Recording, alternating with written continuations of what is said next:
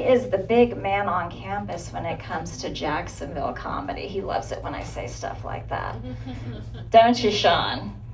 All right. Please give it up. My name is Nan Cardoso, and please give it up for Sean Steele.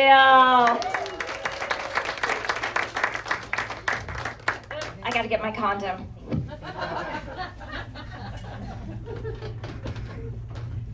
All right, that was a little disturbing. Oh, how's everybody doing? Oh my God, you guys are a great crowd. Is everybody good and liquored up? That's the twist part of this. The whole thing falls apart without the twist, so drink freely amongst yourselves. Don't offer anything to the comedians, though. That could go badly. Oh gosh. So I only have one question after hearing Nan's set. See if anyone else had the same thought. Where are they getting these vaginal models for the vaginal rejuvenation surgery? For the before and after? I mean, I get the after, but who's volunteering to do the before? All right, that didn't go as badly as I thought it might. Comedy's hard, folks. It's not easy to get up in front of people and try to be funny. Nan just made it look really easy. Give it up for Nan again. That's enough. But it's not. I did a show a couple of weeks ago that I knew it didn't go great. I mean, I could sense there was trouble. But, I powered through. When I came off stage, a woman grabbed me, pulled me to the side, just to tell me, Sean, I love you. That wasn't very good. I mean, she was right, but shouldn't a mother be more supportive? All right, so I'm gonna try to explain a little bit about what motivates me, what makes me tick, gives you a little insight into me, something I don't always share, but it's important that you know this. I'm bald. Really? I know, right? See? Now that you know that, the whole rest of this is gonna make much more sense. Here's the thing though, there are advantages to being bald people with hair never think about. I have a way better chance of getting away with murder. I'm not leaving hair fibers behind at the scene for those CSI guys. If I could just figure out what to do with all the semen, I'd be home free.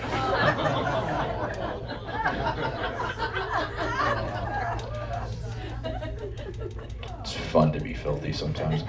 Oh gosh, I hit a big milestone in life. I turned 50. Thank you. But stop it. It was 7 years ago. 7 years ago. It's about to be 8.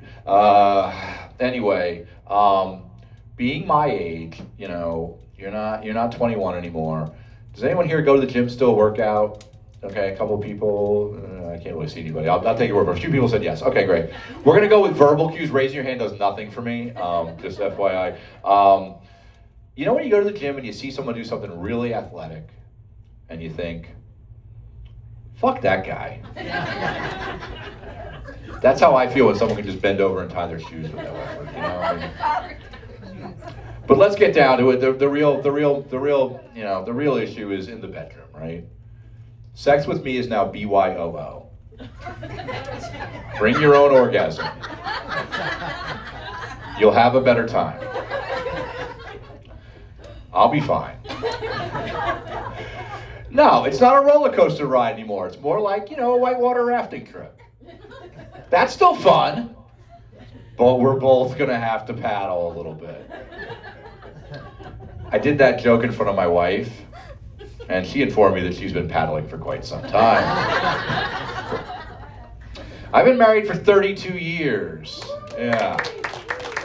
Nan mentioned she's been married for 27, so Nan can suck it. Actually, she's been married for 27 years, let's be honest. She's not sucking anything. The person laughing the loudest right now is Nan. Yeah. Anyway, my wife doesn't like that joke either. No, but here's the hardest thing about being married for that long. It's the gifts. Nan's right about that. You're expected to hit a home run every time. Marriage. Anniversary, birthdays, Christmas. I got her a beautiful piece of jewelry about 5 years ago. I thought I just scored perfectly. I'm like, this is a great gift. She opened the box, looked at it, made no expression, calmly got up from the table, walked off to the bedroom, came back, dramatically opened her jewelry box, and pulled out the exact same piece of jewelry. I doubled down. I said, who gave you that? For the record, that was the wrong thing to say. So from now on, I give her a nice card, not a dollar store card. I go buy a nice one. I get the $5 card, and in there I put a beautiful handwritten note. And I changed up the wording, but the gist of it is, I will not trouble you for sex for 2 weeks. She's happy, I'm off the hook. However, this has freed up about 15 to 20 minutes a week of my time. I can tell some of you are thinking, wow, 57 years old, 15, 20 minutes, that's not bad. Bear in mind, there is a lot of stretching that goes on before things get started. Can't be pulling a muscle. Not again, that didn't go well. Yeah, so I needed something else to distract myself with, so I decided at the age of 56 to take up karate. Yeah, that's a stupid idea. Yeah, no, but I didn't want that cookie cutter experience. You know, those places in the mall, like Karate R Us, you know, you write them a check every month, they hand you another belt, and eventually you do have a black belt if you stick with it, and they have $3,000 of your money, and you may or may not know karate.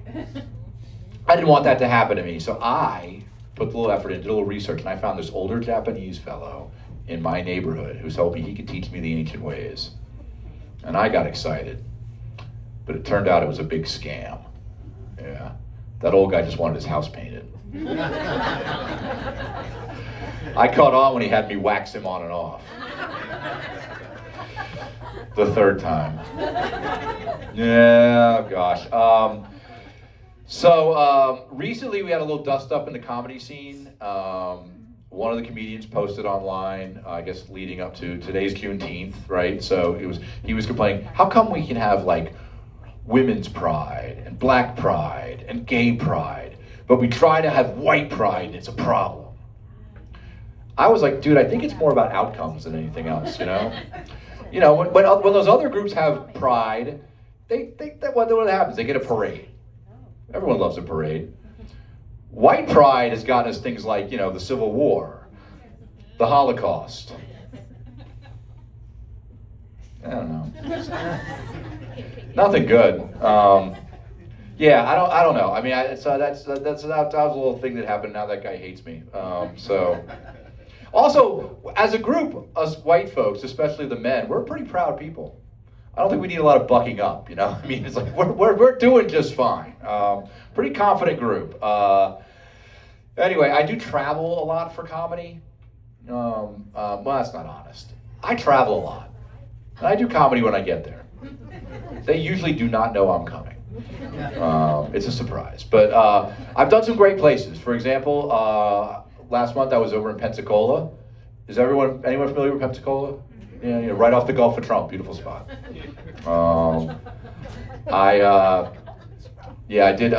Recently, I've been making trips up to New York to do comedy. Yeah, I've got some frequent flyer miles on an airline. I'm not going to name them because I'm going to talk bad about them in a minute. Let's just say it's a type of plane, and it's blue. Yeah, they brag about. You know, this company brags about their in-flight entertainment, how great it is. I don't know what they're talking about. The movie on the flight I was on was so bad, 9 people walked out. So first time I went up to New York, everyone told me, you've got to go to the M&M store. And I was like, cool. I went in there, walked proudly up to the counter and said, I will have the mom spaghetti. Wasn't that M&M, they threw me out. The great thing about New York is anyone from New York, familiar with New York? Okay, a few, not, I said this more familiar than from, okay. You've heard of it, okay. So, there's always something going on there. There's something weird. And like this time I'm coming in, I get to the hotel, I turn on the news, and what's going on in New York right now is people are going down into the sewers. For no reason, no one knows what they're doing. Right, they just pop the manhole cover up, they go down there, they come back out. They seem to have this timed out so the police can't get there while they're down there. So no one really knows what's going on. Nothing seems disturbed. There's no explanation for this whatsoever. Now, if this were a different time, I would have assumed this was just OJ's team looking for the real killers. That joke would have killed in 1995. Yeah. The other thing about New York is they're very ecologically conscious there. It's a tricky thing to say on stage. They won't give you a bag unless you ask for. When you go shopping, you have to ask for a bag, and sometimes it costs 5 cents. I'm like, and the other thing they do is they don't give you plastic straws. There's no plastic straws on the island of Manhattan. Only paper straws. Have anyone had this privilege to use a paper straw? They don't work. It's not a straw. You might as well just hand you a piece of paper and go, good luck with that, scooping it out. I mean, so here's the thing about that. Living in New York's hard enough. And now you got these poor people walking down the street trying to sip their drink. The drink's not working anymore because the straw's disintegrated, and they're carrying 19 items they bought at the store in their hands like this. I mean, you get on the subway like that. Good luck. The other thing is, this is what really bugs me. Do they think there's sea turtles in the Hudson River? And if there were, those would be New York sea turtles. Not these Florida sea turtles. They're not falling for the plastic straw bit. A New York sea turtle would be a product of its environment. It would be, a hard drinker, a little racist, a lot sexist. Yeah. I envision a New York sea turtle would just hang out in New York Harbor all day, floating around, taunting women on the Staten Island ferry as they go back and forth to work. You're like, hey girl, how you doing? Is that a bacon, egg, and cheese you got there? Throw me the wrapper, honey. Hey, give me a smile more. Yeah, that's a New York sea turtle. Oh gosh, I don't know where we were going from here. Also, when I was up there, has anyone been to Atlantic City recently? Yeah. I went there a few weeks ago for a show. Boy, I gotta tell you, if Bruce Springsteen writes a song about your city, it's not good. Not good at all. Also, I did a show up in, they asked me to play this place in Maine. I don't know if you've heard of it, Cabot Lodge. Anyone familiar with Cabot Lodge? It's actually where Murder, She Wrote was set. Yeah. I mean, the show got canceled, because of the murder. But that's so stupid, but I love it. I apologize for that one. Yeah, I can't help it. So being 57, I grew up, I'm an 80s kid. Any other 80s kids out there? Yeah, all right. Yeah, and the rest of you have seen the documentary, so we're on the same page. All of us 80s kids are screwed up.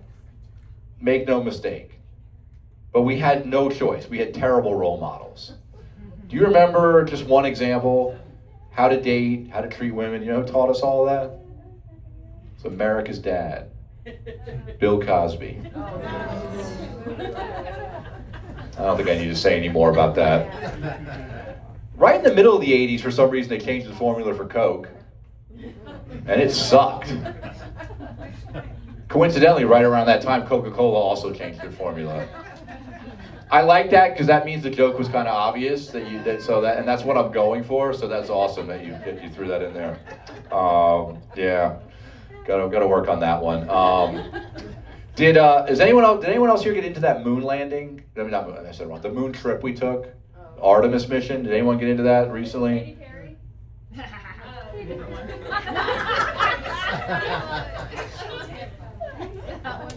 Katy Perry, the astronaut?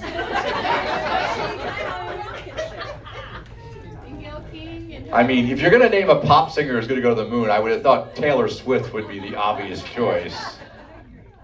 But yeah, no, not that one. No, this was like a real thing NASA did. And but what bugged me about it was they kept saying we went back to the moon. No, we drove by the moon. It's not the same thing. Everyone here went on family vacations as a kid, right? Sat in the car with their parents, saw something really cool out the window, and Dad, can we go there? And what do they always say? Not enough time on this trip, we'll go next time. You never went back. I still haven't been to Knott's Berry Farm. We drove by there 47 years ago. I don't think my dad's taken me. Oh man, yeah, that's tough. What else happened in the 80s? Oh, do you remember, I'm a big movie guy. Do you remember what the most unrealistic, unbelievable, unconvincing movie of the 1980s was? Go ahead, throw some out at me. Flash Gordon. What was this one here? Flash Gordon. I love it. Look who's talking. All right, shut up. Did anyone say Back to the Future? That's real. Back to the Future is real, okay? First of all, but here's the thing about Back to the Future. Back to the Future, they made 3 of them, right? The third one, I know this because I just recently was shown the poster by a nerd. Yeah, the tagline for that movie was, "They may have gone too far this time." This time? The whole first movie's about incest. It is, yeah, see? Somebody tried to tell me, no, that's just the subplot. No, you idiot. The whole plot of the movie is Marty's got to get his mom and dad to go to that stupid dance. Otherwise, him and his siblings will cease to exist because that's science. Yeah. And you know why Marty's mom won't go with the dad? Because she wants to fuck Marty. And do you know what? I didn't write it. And do you know why she doesn't? Because he's a shitty kisser. Go rewatch that. Yeah. See? No, that's a whole side. That is not even what we were talking about. The most unrealistic. But forget all that. That's cut that from this. We're gonna cut that in the taping. The most unrealistic movie of the 1980s is Footloose. Does anybody here think those white kids really learned how to dance? John Lithgow's the hero of that movie. He's just trying to save everybody. Oh gosh. All right, so I'm gonna leave you guys with this. Being a product of the 80s, I had cool parents. Anybody else have cool parents out there? You know, the ones who want to be more your friend than your parent. My parents did things like, Sean, if you're gonna drink, do it here in the house. You know, where you're safe. Yeah. Then they come home, I'm plastered on the couch, and they're pissed off. And I'm like, Mom, Dad, get off my back. I'm 57 years old. But the craziest thing they ever did, looking back, having kids of my own now, this was nuts. They told me it was okay for me to take girls up into my room alone. Yeah.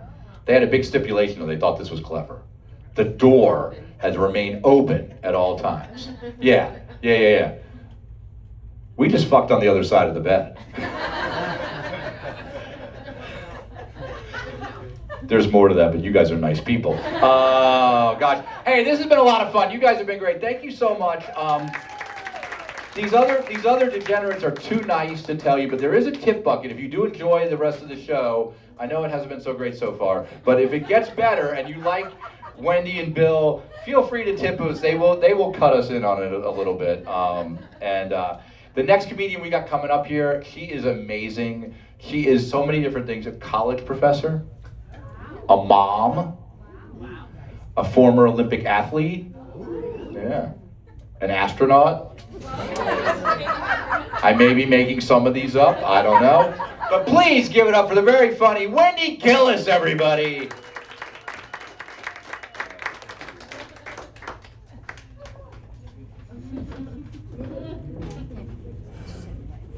How we doing, Painting with a Twist? I think, Sean, that makes us the twist, does it not? I think the comedy show is the twist. I think that's what's happening here. So I'm so excited to be here, you guys.